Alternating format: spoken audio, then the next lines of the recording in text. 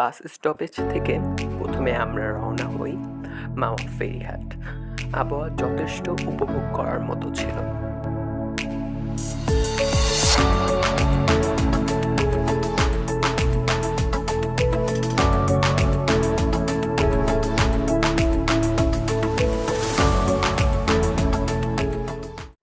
ফেরিঘাটের এখানে অনেক হোটেল রয়েছে।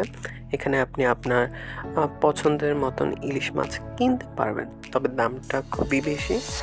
এক্ষেত্রে আপনাকে দামাদামি অবশ্যই করতে হবে।